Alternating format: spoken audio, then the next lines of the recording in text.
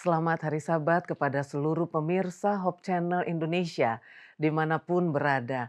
Puji Tuhan kita kembali dapat bersama-sama untuk mendengarkan puji-pujian, mendengarkan firman Tuhan. Dan saat ini kita akan mendengarkan pelajaran tentang rumah tangga yang saya ambil dari buku seri Membina Keluarga Bahagia. Saudara-saudara tahu bahwa kesopanan dan kebaikan hati itu adalah merupakan salah satu pelajaran yang dapat membuat kita lepas dari berbagai penyakit. Sehingga hari Sabat ini judul kita adalah tentang sopan ataupun tata krama. Saudara-saudara yang kekasih, di dalam keluarga Kristen itu hendaklah kesopanan itu diutamakan. Kenapa? Karena kesopanan itu murah, tetapi dia mempunyai kuasa. Kuasa untuk menghaluskan seluruh anggota rumah tangga. Bapak, ibu, anak-anak dan semua orang yang ada di dalam rumah tangga kita. Kesopanan itu dimulai dari dalam rumah tangga. Jika kita ingin agar anak-anak kita mempraktekkan kesopanan, kebaikan hati, kasih, kita masing-masing kita harus menjadi teladan kepada mereka. Kesopanan dalam perkara kecil sekalipun haruslah dinyatakan oleh ibu atau bapak ataupun seluruh anak-anak di dalam rumah tangga kita. Kebaikan hati bersama seluruh keluarga harus menjadi satu peraturan di dalam rumah tangga. Jangan boleh dibiarkan kata-kata kasar dan jangan juga diucapkan kata-kata yang menyakiti hati ataupun kata-kata pahit yang lainnya.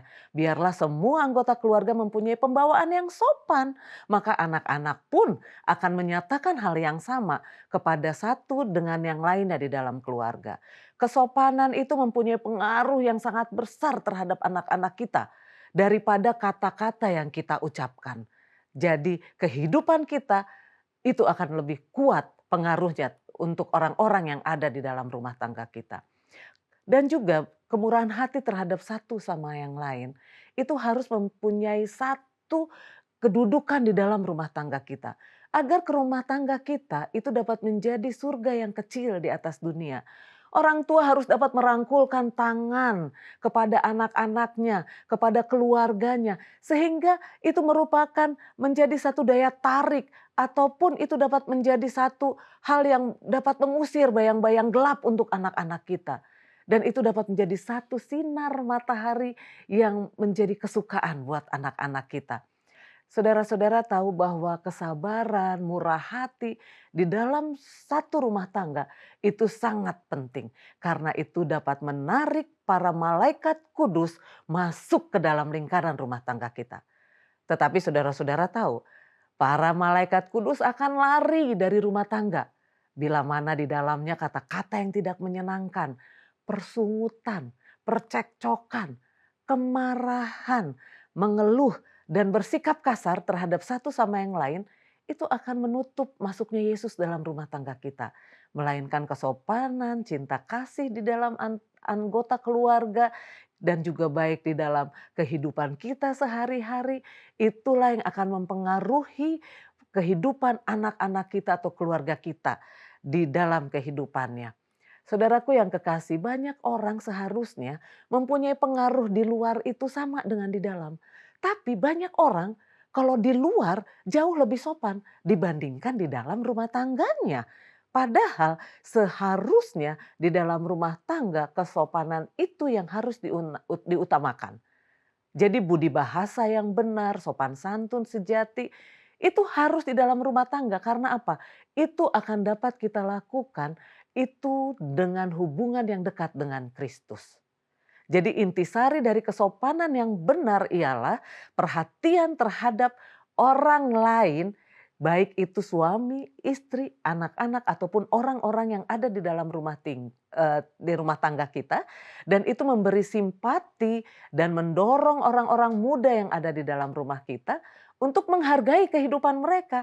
Oleh karena mereka hidup dalam kasih yang dipancarkan dari orang tua ataupun dari rumah tangga mereka. Dan itu dapat menjadi pegangan emas yang akan mempersatukan seluruh anggota keluarga dalam ikatan yang semakin hari semakin kuat. Saudara-saudara yang kekasih di dalam Tuhan, di dalam rumah tangga kita juga kita harus mempunyai peraturan. Hukum pergaulan dan peraturan sangat penting dalam hubungan keluarga dan harus sesuai dengan kitab suci. Isi kitab suci bukan hanya standar moral yang terbaik dan murni, tetapi juga standar sifat kesopanan yang sangat berharga terdapat di dalamnya. Khotbah Juru Selamat kita di atas bukit berisi pengajaran yang tak terhingga nilainya bagi orang tua dan orang muda. Pengajaran haruslah lebih sering dibacakan dalam lingkungan keluarga dan merupakan contoh dalam kehidupan sehari-hari. Hukum keemasan itu saudara-saudara pasti tahu. Segala sesuatu yang kamu kehendaki supaya orang perbuat kepadamu, perbuatlah demikian juga kepada mereka. Itu terdapat di dalam Alkitab. Sama seperti perintah Rasul, di dalam saling menghormati satu dengan yang lain harus menjadi peraturan dalam keluarga. Mereka harus menghargai Roh Kristus dan akan menyatakannya dalam kesopanan di dalam rumah tangganya. Karena itu mempunyai satu karakter roh suka berbuat baik walaupun dalam perkara-perkara yang kecil. Jadi kesopanan ini harus dimulai dari perkara-perkara yang kecil. Dan juga dikatakan bahwa etika atau kesopanan, pergaulan itu adalah ajaran yang disampaikan oleh Juru Selamat. Dengan ucapan Roh Kudus melalui Paulus dikatakan, sama seperti aku telah mengasihi kamu, demikian pula kamu harus saling mengasihi. Karena kasih itu sabar, kasih itu murah hati, kasih itu tidak cemburu, kasih itu tidak memegahkan diri dan tidak sombong. Ia tidak melakukan yang tidak sopan dan tidak mencari keuntungan diri sendiri. Ia tidak pernah menyimpan kesalahan orang lain. Ia tidak bersuka cita karena ketidakadilan, tetapi karena kebenaran. Ia menutupi segala sesuatu, sabar dalam segala sesuatu. Itu adalah kerinduan kita bersama ya saudara-saudara untuk hidup sabar, hidup suci. Dengan pertolongan Tuhan kita semua akan bisa melakukannya. Kitab suci mengajarkan sopan santun dan buku itu menjadikan banyak ilustrasi mengenai roh yang tidak mementingkan diri sendiri. Kasih karunia, lemah lembut, perangai yang menarik yang memberi ciri kesopanan yang sejati. Kesemuanya ini melukiskan tabiat Kristus saudara-saudaraku. Semua kelemah lembutan dan kesopanan sejati di dunia ini. Walaupun di antara orang-orang yang tidak mengakui namanya. Berasal daripadanya. Dia menginginkan agar ciri-ciri tabiat ini dipantulkan sepenuhnya dalam diri anak-anaknya.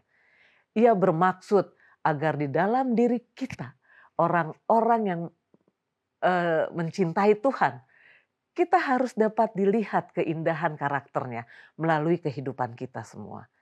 Karena Kristus adalah seorang yang sopan. Dia sopan walau terhadap orang-orang yang menganiaya dia sekalipun. Dan para pengikutnya yang sejati akan menyatakan roh yang sama. Lihatlah Rasul Paulus ketika dia dibawa ke hadapan para penguasa. Saudara-saudara tahu kesanggupan Rasul Paulus berbicara di hadapan Raja Agripa menjadi ilustrasi kesopanan sejati. Sama seperti seorang yang lancar berbicara dalam kelemah lembutan. Dan itu mendorong sopan santun secara baik sesuai dengan kehendak Tuhan. Karena saudara-saudara ada juga sopan santun yang tidak baik. Ternyata ada. Itu adalah sopan santun yang kita harus sopan formal. Tetapi tidak didasari oleh kebaikan hati yang sejati. Yang dimaksudkan oleh Allah adalah sopan santun yang lahir dari kebaikan hati yang sejati daripada anak-anak Tuhan. Dan sopan santun sejati itu harus didorong oleh kasih saudara-saudara. Kasih itu harus berada di dalam hati kita. Kita tidak hanya membuang kerewelan ataupun pertimbangan yang kata-kata kasar, yang tidak sopan. Kita tidak akan merasa bahwa kita adalah yang paling unggul kalau kita memiliki kasih kepada Tuhan. Melainkan kita akan selalu mempunyai tingkah laku yang bermotifkan kasih yang mendalam terhadap Tuhan. Jadi cinta kita kepada Kristus itu menimbulkan satu perhatian yang tidak mementingkan diri. Sehingga kita bisa mengasihi sanak saudara-saudara kita. Baik yang di dalam rumah tangga kita ataupun yang ada di luar daripada rumah tangga kita. Mengenai segala sesuatu ini memang kita harus perlu mengusahakan untuk kita dapat lebih berharga, kita dapat belajar, untuk kita dapat ditolong oleh Tuhan, sehingga pandangan kita terhadap Tuhan itu tetap fokus, tidak lain didasari oleh sebuah hati yang murni, rasa syukur dan kedamaian, itu semua dapat kita lakukan. Kita menyerahkan semua kehidupan kita ke dalam tangannya. Karena jikalau keserasian kebenaran ilahi dan kasih berada di dalam hati kita, itu akan terpancar dalam kata-kata dan dalam tingkah laku kita. Kasih akan memberikan kesopanan dan keindahan tingkah laku. Kasih akan menyinari roman muka dan melembutkan suara. Dan kasih juga akan meninggikan segenap kehidupan manusia. Kasih membawa Allah ke dalam kehidupan kita. Karena itu adalah sifat satu-satunya yang diberikan oleh surga untuk kita. Yang harus kita berikan kepada orang-orang yang ada di sekeliling kita. Dan kasih juga harus dinyatakan dalam kata-kata, dalam tingkah laku yang benar. Kepada saudara-saudaraku, para orang tua yang ada di Hope Channel ini yang hadir bersama dengan kami. Saudaraku, di atas segala sesuatu biarlah anak-anak kita, orang-orang yang ada di dalam rumah tangga kita masing-masing, itu harus dikelilingi oleh suasana gembira, sopan dan kasih. Bila mana ada kasih dalam rumah tangga yang dinyatakan dalam pandangan, dalam kata-kata dan tingkah laku, maka rumah itu akan menjadi tempat tinggal para malaikat surga. Hai para orang tua, biarlah sukacita, sinar cinta kasih dan kebahagiaan yang disertai dengan rasa puas memasuki hatimu sendiri. Dan biarlah pengaruhnya yang manis itu meliputi seluruh rumah tanggamu. Nyatakanlah kebaikan hati, kesabaran dan dorongan roh yang sama di antara anak-anakmu. Jika suasana yang demikian diciptakan bagi anak-anakmu, bagaikan udara dan sinar matahari yang akan menunjang kesehatan tubuh dan mencerdaskan pikiran anak-anak kita dan kita sendiri. Kelemah lembutan, keramah tamahan, perbuatan yang mengandung kasih akan mengikat erat anak-anak kita bersama kita orang tuanya. Dengan kasih sayang, pengikat rumah tangga ini akan lebih indah dan itu akan menjadi perhiasan yang tidak dapat dibeli. Saudara-saudara yang kekasih, di dalam rumah tangga ada perangai yang berbeda-beda. Orang tua saya bilang, orang tua saya punya 4 anak, semua perangainya berbeda-beda. Tetapi hendaklah perangai itu harus bergaul bersama-sama. Apabila hal itu menjadi suatu kasus, biarlah setiap anggota keluarga secara jujur menghargai perasaan orang lain dan menghormati hak orang lain, saudaranya yang lain. Dengan demikian terjadilah saling memperhatikan dan bersabar satu terhadap yang lain. Dan sikap prasangka buruk akan dikurangi. Ciri-ciri tabiat yang kasar itu akan dihaluskan. Keharmonisan akan terjamin. Dan perangai yang dipersatukan dapat menguntungkan kepada satu dengan yang lainnya di dalam rumah tangga. Saudaraku, Tuhan tidak akan datang kalau kita tidak sopan, katanya.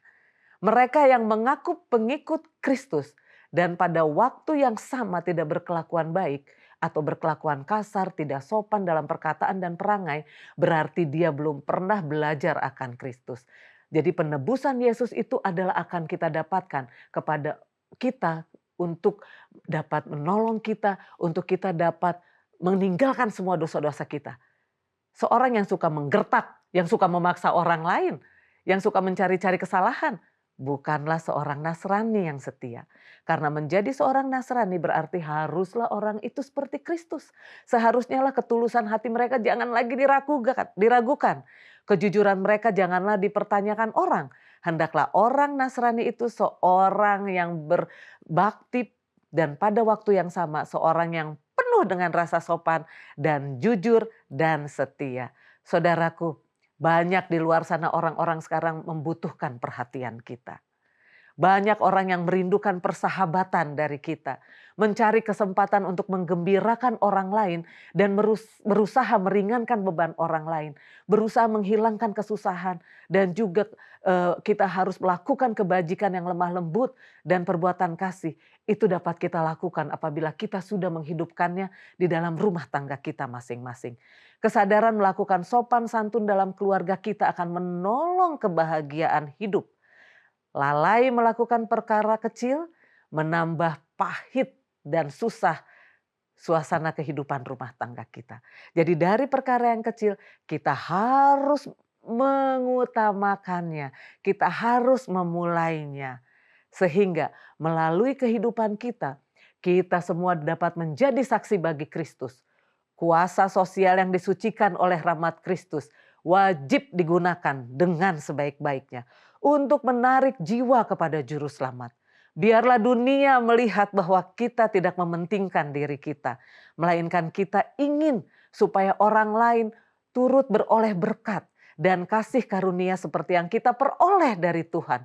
Jikalau kita sopan dan lemah lembut di dalam rumah tangga, kita akan membawa sifat yang menyenangkan dan menjadi keharuman bagi orang lain.